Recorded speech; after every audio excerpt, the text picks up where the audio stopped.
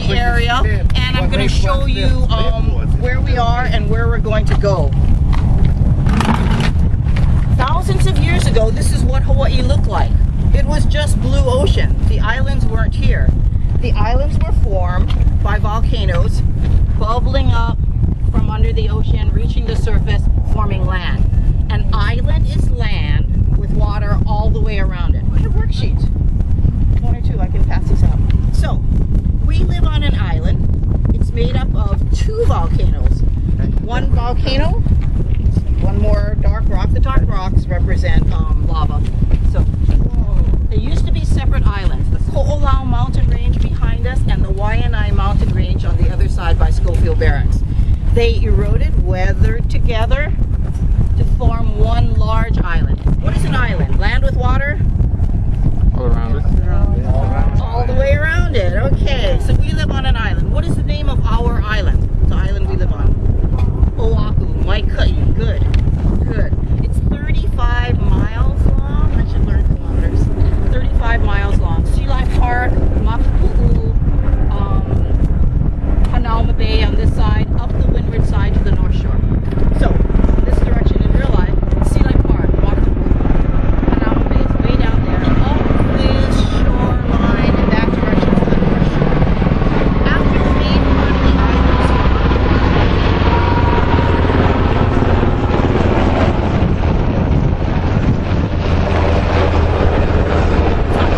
the military is the second largest industry in Hawaii. We have 120,000 military on the island, and 1/4 of the people in Hawaii work for the government.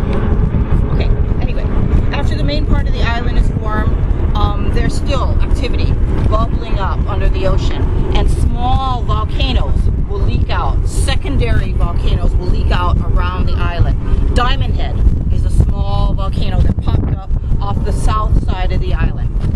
On the eastern corner, two small volcanoes came up. Round volcanoes, crater in the middle. One of them was broken down by the ocean. Water filled the ocean, filled it up. That's how Hanauma Bay was formed. So those are two cone volcanoes. I don't know what you all are interested in. You can come talk to me later if it's geology or geography, volcanism. The edge of one of them broke down. Water filled it up. That's how Hanauma Bay was formed on the south side. On this side, Punch Bowl is a round volcanic crater like a punch bowl, but formed near Honolulu. And that's where they have the National Memorial Cemetery of the Pacific now, Punch Bowl Crater. Okay, on this side of the island, two volcanoes popped up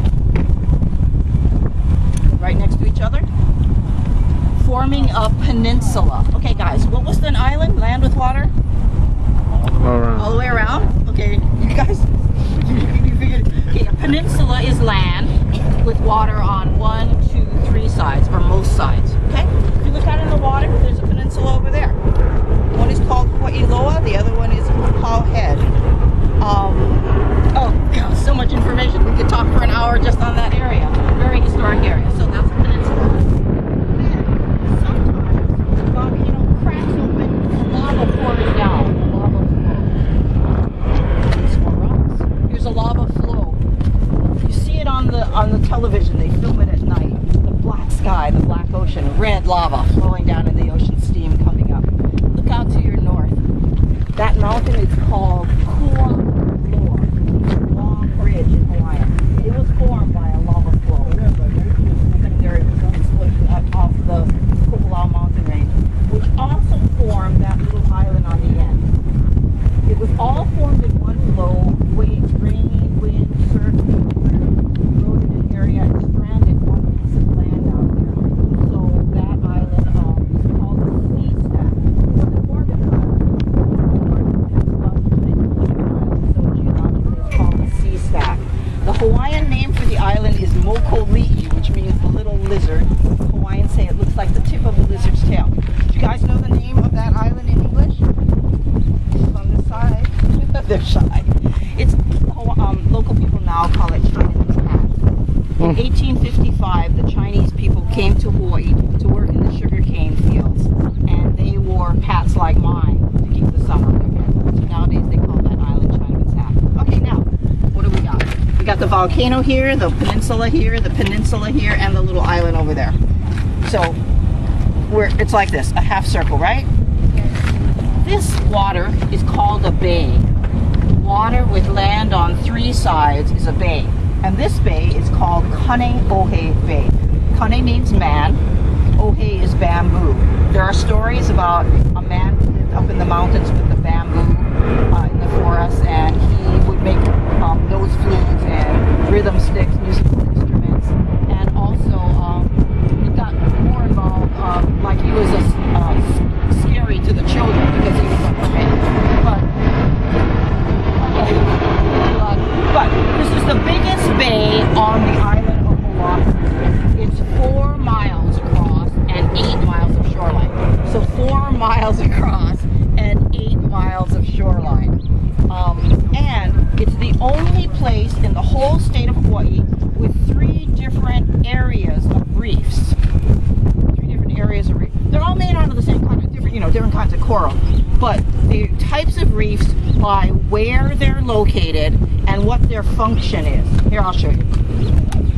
The first reef is along the shoreline, along the fringe of the island. Fringe means edge.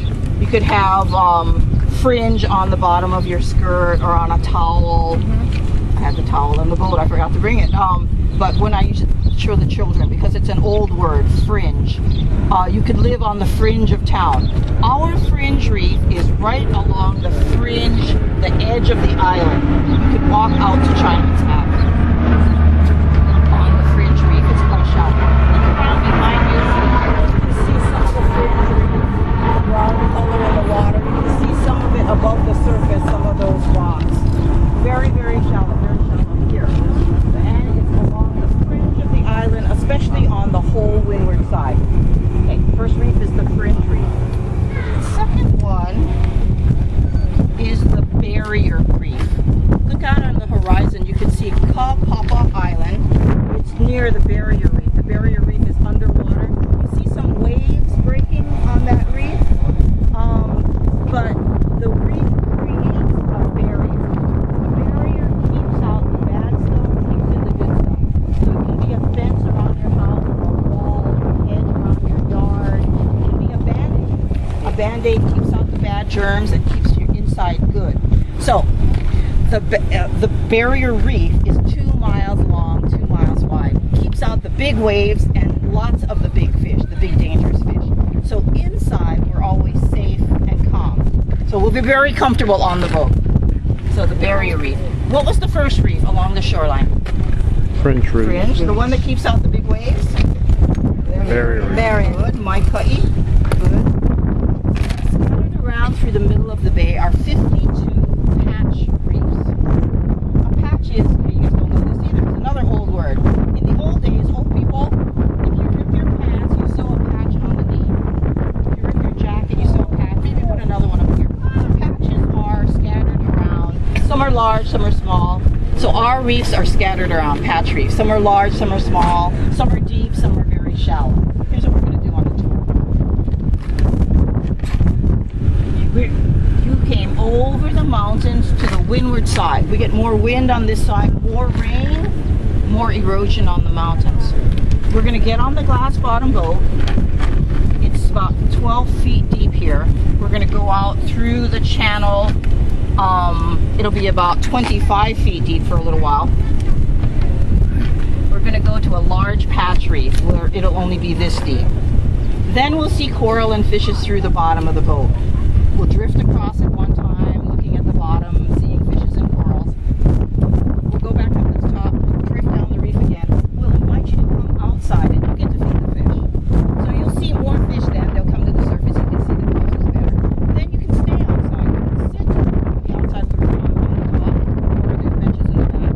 Then we're going to cruise out to the barrier reef. Out to the barrier reef, look around a little bit, come back. On the way in, it's beautiful scenery, but I'm going to bring you downstairs just for 10 minutes to do a demo, if you want to listen. Okay. I'm done here. So much more to talk about on the boat. Come. Are you any questions?